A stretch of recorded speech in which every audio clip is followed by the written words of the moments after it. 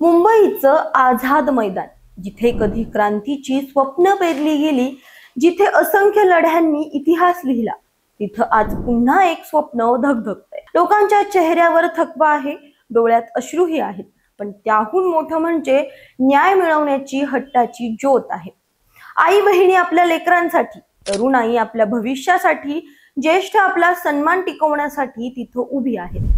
गेल्या 3 दिवसांपासून मनोज जरांगे पाटील यांच्या नेतृत्वात सुरू असलेलं उपोषण आंदोलन आता निर्णायक टप्प्यात पोहोचलं आहे। राज्याच्या कानाकोपऱ्यातून मराठा बांधव मुंबईत दाखल होत आहेत। समर्थनासाठी नेते, खासदार, आमदार आझाद मैदानात दाखल होत आहेत।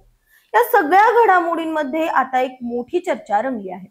राष्ट्रवादी काँग्रेस शरदचंद्र पवार पक्षाचे प्रमुख शरद पवार हे 31 ऑगस्ट रोजी सायंकाळी आझाद मैदानात मनोज जरांगे पाटील यांची भेट घेऊ शकतात अशी चर्चा आहे। नमस्कार, मी अंजली आपलं स्वागत करते पोलखोल मध्ये। मराठा आणि कुणबी एकच आहेत, त्यामुळे आम्हाला ओबीसी कोट्यातून आरक्षण हवं अशी जरांगे यांची मागणी आहे। पण मराठ्यांना ओबीसीतून आरक्षण दिलं तर ओबीसी समाज नाराज होईल असं वाटत असल्याने सरकारची पंचायत झाली आहे। महाविकास आघाडीतील नेतेही या आरक्षणाच्या मुद्द्यावर काय भूमिका घ्यावी याबाबत गोंधळात आहेत। तरीही आता शरद पवार थेट मनोज जरांगे पाटील यांच्या भेटीसाठी आझाद मैदानात जाण्याची बातमी आहे। पण याबाबत राष्ट्रवादी शरदचंद्र पवार पक्षाकडून अजून अधिकृत माहिती दिली गेलेली नाही। राष्ट्रवादी काँग्रेसचे नेते शरद पवार यांनी मराठा आरक्षणाच्या मुद्द्यावर कालच आपलं मत मांडलं। आरक्षणाची मर्यादा वाढवण्यासाठी संसदेत घटना दुरुस्ती करणं हाच चांगला उपाय आहे असं ते म्हणाले। जिल्हा परिषदेचे माजी अध्यक्ष अरुण कडू यांच्या अमृत महोत्सवी सोहळ्यात अहिल्यानगर इथं शरद पवार बोलत होते। राज्यघटनेतील आरक्षणाची मर्यादा आणि सर्वोच्च न्यायालयाचा निर्णय यामुळे अनेक राज्यात आरक्षणाचा प्रश्न गंभीर झालाय।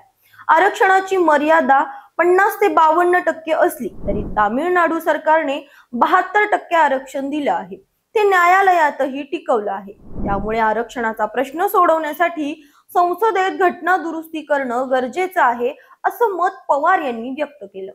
दरम्यान शेतकरी म्हणून 7 बाऱ्यावर ज्यांची नोंद आहे त्यांना कुणबी प्रमाणपत्र द्यावं अशी मागणी देखील बीड मधील आमदारांनी शनिवारी विखे पाटील यांची भेट घेऊन केली। आरक्षणाची मागणी लवकर पूर्ण करावी, तसेच उपसमितीचे प्रमुख म्हणून जरांगे यांची भेट घेऊन चर्चा सुरू करावी अशी मागणी ही बीड जिल्ह्यातील आमदार प्रकाश सोळंके, सुरेश धस, संदीप क्षीरसागर आणि विजय सिंग पंडित या लोकप्रतिनिधींनी यावेळी केली। हे सगळं पाहता मराठा आरक्षणाचा मुद्दा आता अधिकच तापला आहे। तुम्हाला काय वाटतं या सगळ्यांवर? कमेंट्स मध्ये नक्की सांगा। अशाच माहितीपूर्वक व्हिडिओसाठी आमच्या चॅनलला लाईक, सबस्क्राईब आणि शेअर करा।